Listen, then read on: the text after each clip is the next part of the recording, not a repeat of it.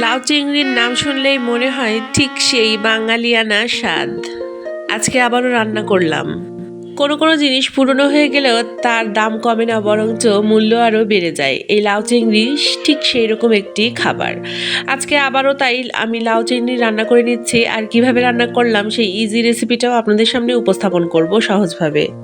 লাউয়ে খুব বেশি মশলার প্রয়োজন হয় না, তাই চিংড়িগুলো আমি একদম অল্প মশলা দিয়েই ভুনে নিয়েছি। অল্প সামান্য পেঁয়াজ বাটা, 1 চামচ পরিমাণ জিরা বাটা, লবণ, হলুদ পরিমাণ মতো, অল্প সামান্য মরিচের গুঁড়া, আর দিয়েছি কাঁচামরিচ ফেড়ে। রসুন বাটা দিয়েছি একদম 1/2 চা চামচ, আর আদা বাটাও দিয়েছি একদম 1/2 চা চামচ পরিমাণ।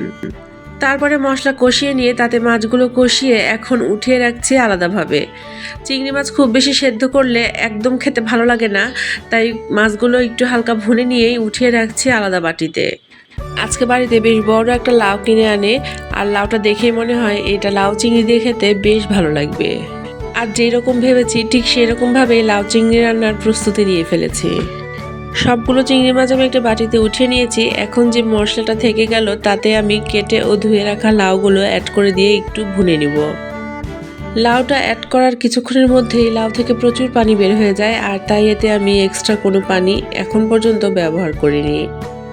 লাউ এমন একটা সবজি যাতে অনেক বেশি মশলার প্রয়োজন পড়ে না, হালকা মশলাতে লাউ খেতে সবচেয়ে বেশি মজা লাগে। লাউয়ের নিজস্ব একটি স্বাদ এবং নিজস্ব যে মিষ্টতা আছে তাতেই লাউটা খেতে অসাধারণ লাগে।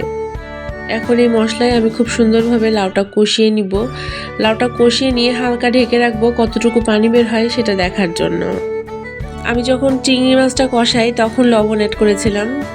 এখন চিংড়ি মাছগুলো উঠিয়ে নিয়েছি। এখন আমি লাউয়ের জন্য স্বাদ মতন লবণ অ্যাড করে দিলাম। এরপর আবারও একটু কষিয়ে অল্প সামান্য পানি অ্যাড করে দিয়ে ঢেকে দিচ্ছি। ঢাকনা দিয়ে ঢেকে রান্না করতে থাকবো যতক্ষণ না লাউ সেদ্ধ হয়।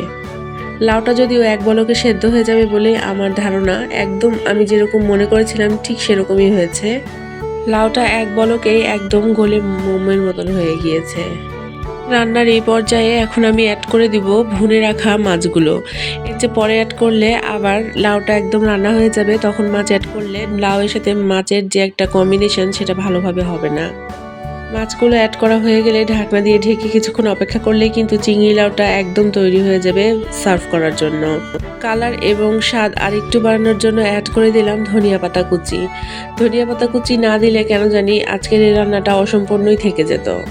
আপনারা কে কে লাউ চিংড়ি খেতে পছন্দ করেন অবশ্যই কমেন্টে জানাবেন। আর আজকের আমার এই ভিডিওটি যদি একটু ভালো লেগে থাকে তবে অবশ্যই লাইক, কমেন্ট এবং শেয়ার করে দিবেন।